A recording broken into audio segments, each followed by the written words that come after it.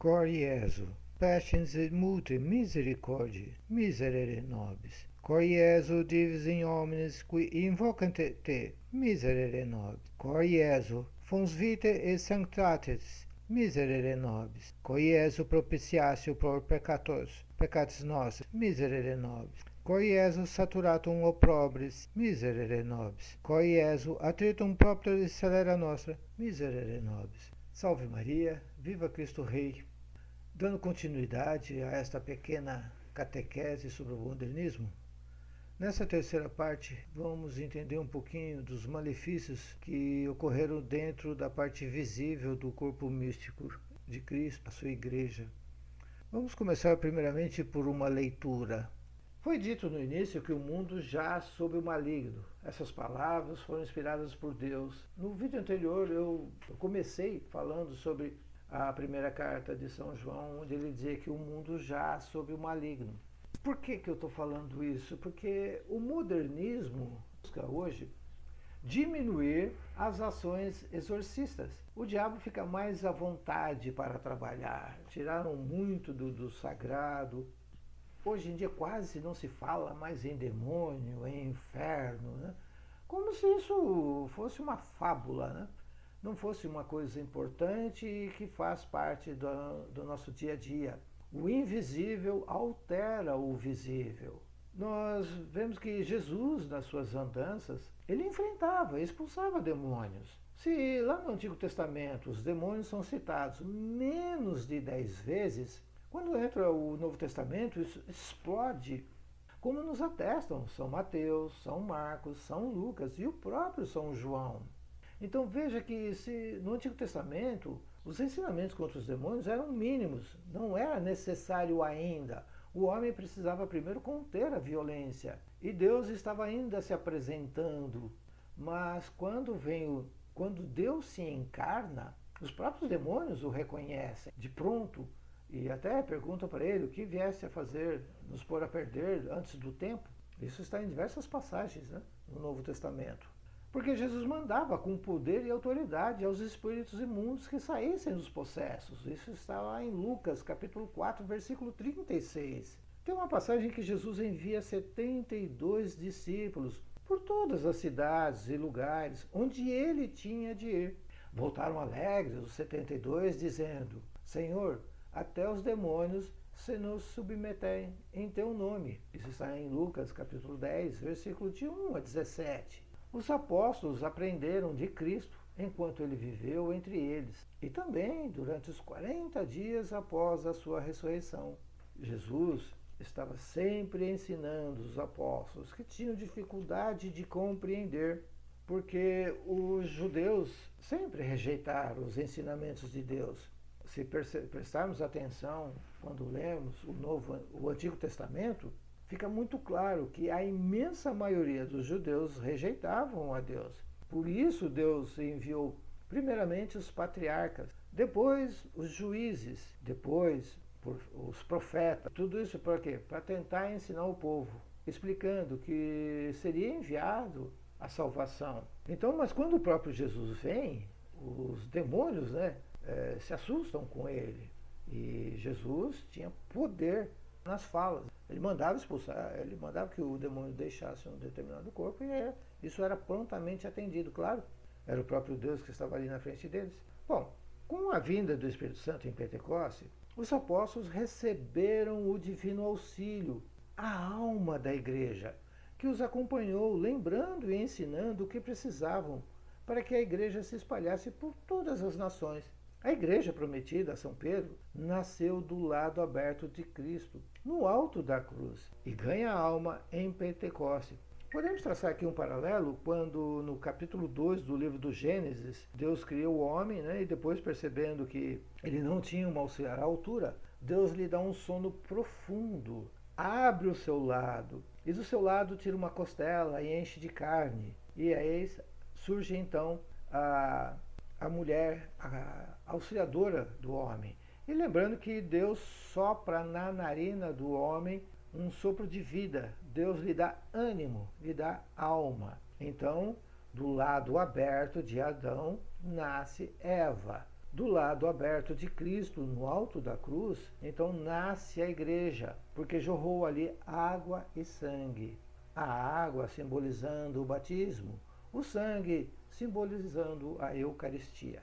A igreja cresceu e se espalhou, levando o evangelho e os sacramentos a todas as nações. E por 14 séculos ela foi a alavanca do mundo, civilizando os pagãos, os gentios e até os bárbaros. O mundo experimentou paz e prosperidade. Quem que inventou, criou as escolas, senão a igreja? Olhou para ela, para dentro de si, e viu que aos domingos ela estava livre. Então abriu para ensinar o povo a ler e a escrever, porque assim o homem passava a conhecer melhor os seus direitos. E quem inventou o hospital, senão a igreja, que abriu suas portas dos mosteiros para cuidar dos enfermos, dos doentes?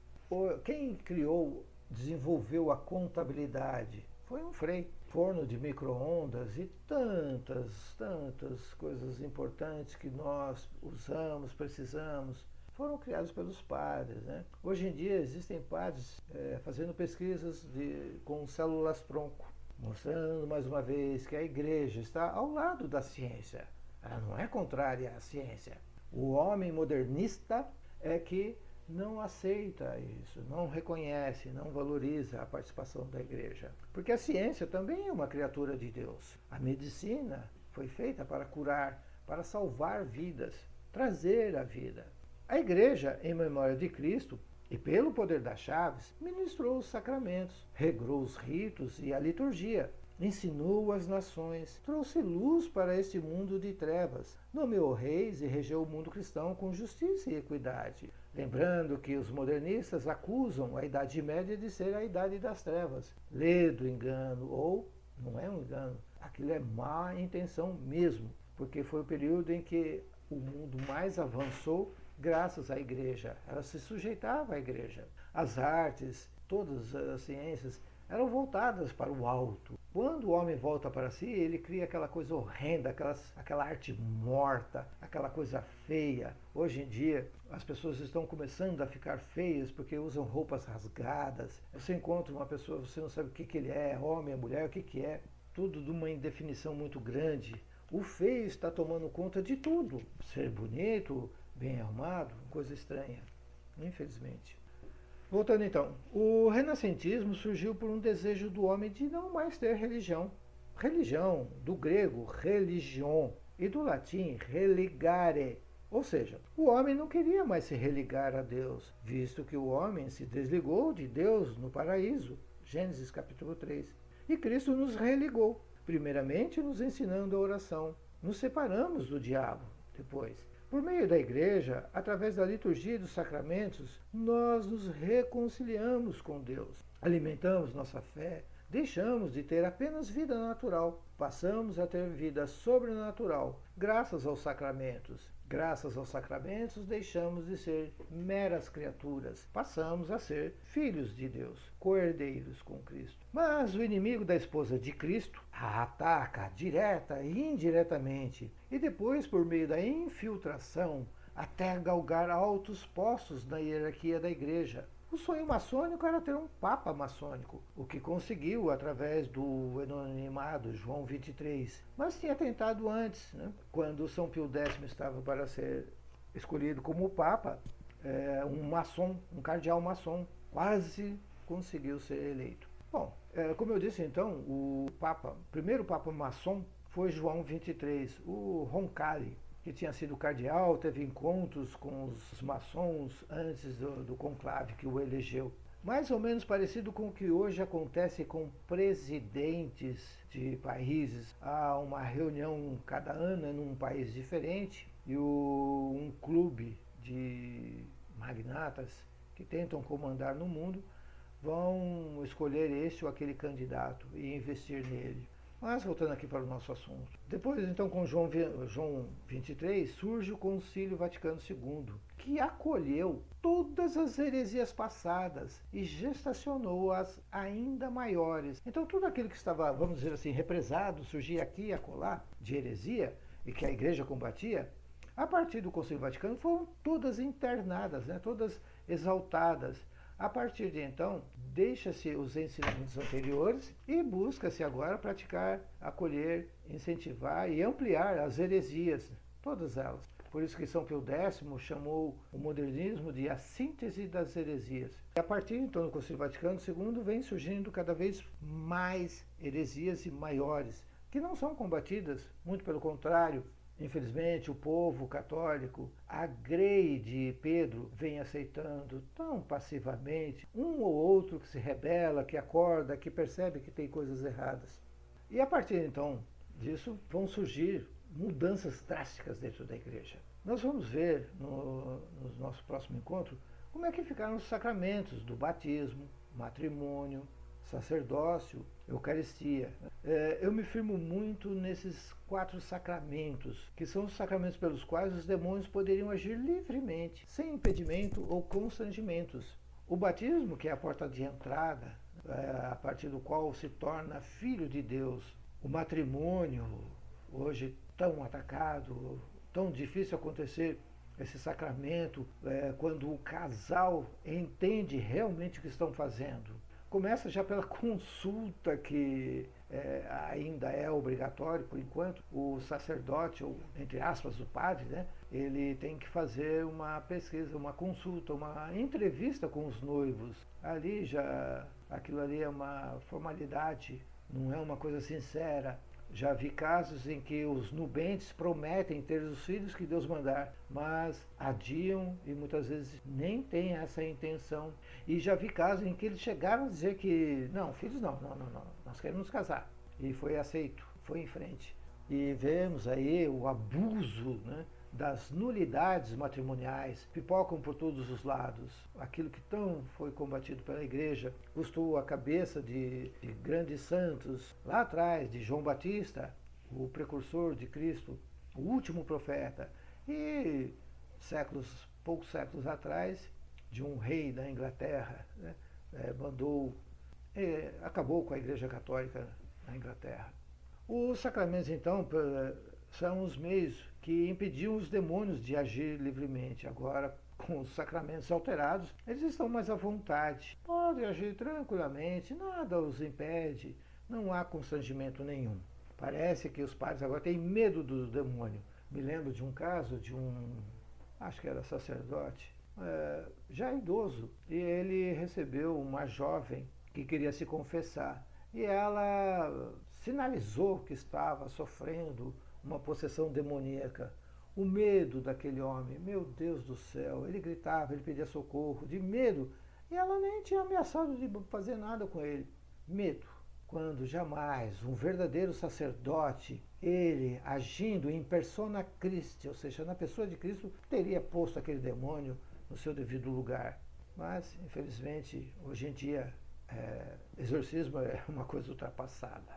Bom, é claro que todos os sacramentos sofreram alterações. Eu vou falar no nosso próximo encontro mais fortemente sobre o batismo, o matrimônio, o sacerdócio e a Eucaristia. Mas todos eles sofreram alterações. E alguns mudanças na matéria, o que assusta um pouquinho. É uma verdadeira reengenharia social. O diabo inspirou os modernistas como atacar a santidade e o profetismo, lembrando que Deus chama todos a serem santos e profetas. Por isso que o homem moderno, ele não quer mais ser santo. Aliás, como protestante, ele acredita que não é possível ser santo. Não é possível ter uma vida de castidade. E menos ainda ser profeta. Nem entende o que é ser profeta. Profeta é aquele que lê os acontecimentos do seu tempo e denuncia os erros. Esse é o verdadeiro profeta, mas ninguém mais quer ser. A obra-prima do diabo, se podemos dizer isso, foi a mudança na liturgia, parte intrínseca do sacramento da Eucaristia, que só foi possível depois de atuar no sacramento do batismo e da ordem. Depois que então fizeram essas mudanças no sacramento do batismo e da ordem, ficou fácil mudar a liturgia da Eucaristia. Lembrando que na Eucaristia é que acontece o sacrifício de Cristo, que é o oferecimento a Deus para aplacar a sua ira. O sacramento da Eucaristia tem uma importância fenomenal. Então, o homem agora já não mais oferece um culto agradável a Deus, mas o próprio homem Por isso que as nossas missas se transformaram em shows. A gente vê ciclistas com bicicleta dentro da igreja, dentro da missa. A gente vê forró. A gente vê padres lutando judô e tacando o pé numa parede no cerco de Jericó. Coisas absurdas, tanta palhaçada. Claro que aqueles homens não são padres. Eles não têm fé católica. Mas tudo isso nós vamos ver no nosso próximo encontro. Então, o Concílio Vaticano II abriu as portas das heresias existentes e vem incentivando novas, né? Buscando modernidade. E agora a religião católica é apenas mais uma das religiões cristãs. Ela não é a religião única, a que contém as verdades da fé. No Jesus, quando diz que ele é o caminho, a verdade e a fé, ali foi um modo dele explicar. Então, nós vamos ver no nosso próximo encontro um pouco mais dessas mudanças, né? Concluímos aqui essa terceira parte dessa pequena catequese sobre o modernismo. Eu vos falei em nome do Pai, do Filho, do Espírito Santo. Amém.